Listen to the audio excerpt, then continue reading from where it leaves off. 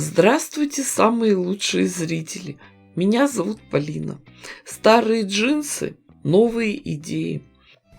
Для работы возьмем только крепкие, хорошие места. Но вы сами видите, какого качества у нас джинсы. Это стрейч. Они тянутся, как кусок резины. Но даже и с такой тканью можно работать. Есть небольшая хитрость. Для начала выровняем эти заготовки, уберем лишнее и нарисуем линии разрезов. А теперь эту ткань продублируем, проклеим клеевым флизелином. После этого вырежем нужные детали. Размеры могут быть произвольные, на ваше усмотрение. Сделаем квадрат размером 10 на 10 сантиметров и полоски шириной 5 сантиметров и длиной сколько получится. Перебрала свои запасы ленточек.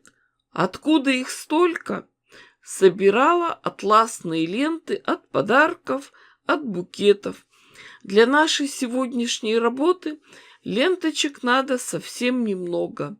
А дальше все просто. На центральный квадрат под небольшим углом нашиваем атласную ленту. Шов простой, прямой. Пришиваем ленту с двух сторон. Сколько ленточек вы нашьете, в каком количестве, в каком направлении, полностью зависит от вас и вашей фантазии.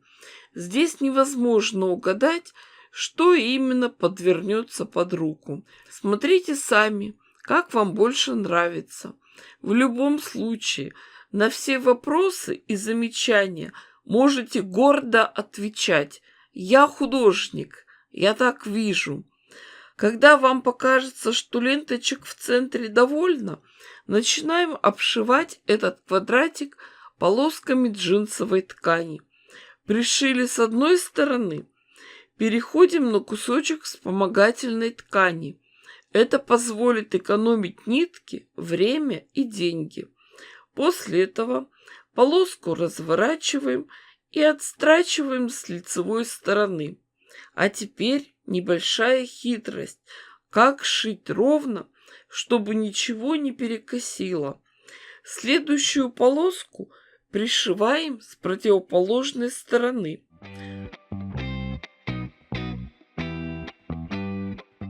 Также ее потом разворачиваем и отстрачиваем.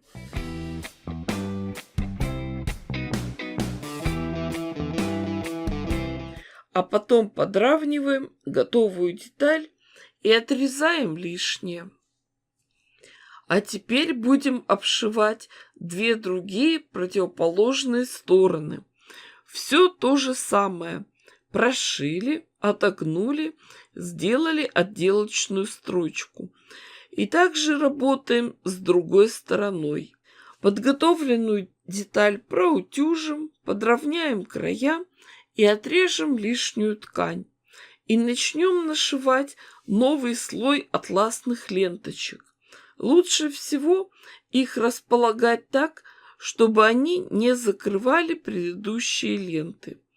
Мне в комментариях недавно написали, что боятся шить, потому что что-то могут сделать неправильно. Уверяю вас, никаких правил нет. Вроде бы нас всегда учат, что все швы должны быть спрятаны, никаких торчащих ниток и открытых срезов не должно быть. Ага. Посмотрите на японскую лоскутную технику бора. Все разномастные кусочки с открытым срезом собраны вместе и много-много ручных швов. Поэтому даже если вам кажется, что вы где-то ошиблись, вам это только кажется. Наверняка кто-то уже придумал до вас все ваши косяки и дал им какое-нибудь название.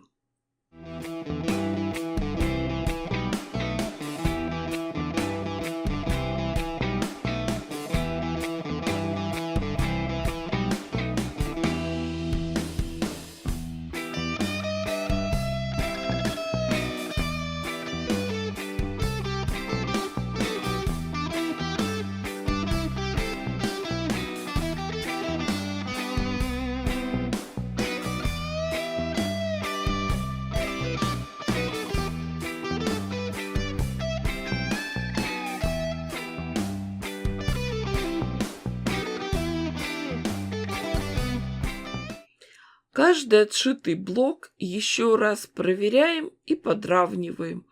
Сами понимаете, джинс у нас стрейч, может растягиваться в процессе работы.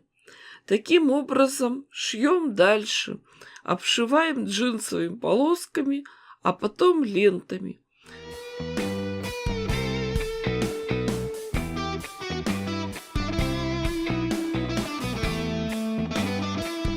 Сколько слоев полосок вы будете нашивать, зависит от того, какой размер вы хотите получить. Конечно, не обязательно использовать именно ленты. Это могут быть полоски ткани.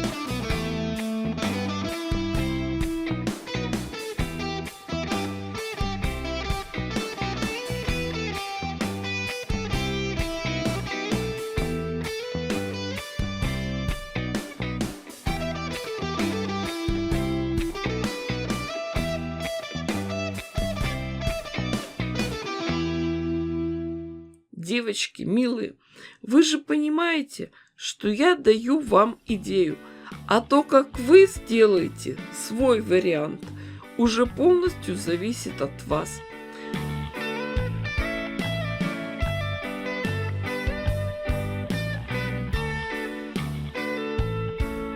При желании вы можете сделать все детали побольше и пошире.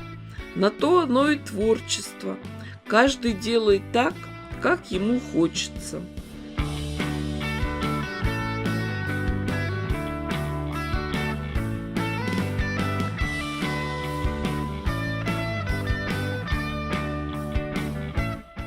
Самые внимательные зрители, конечно же, помнят, что этот блок мы шили уже чуть раньше, а сейчас пришло время довести его до ума.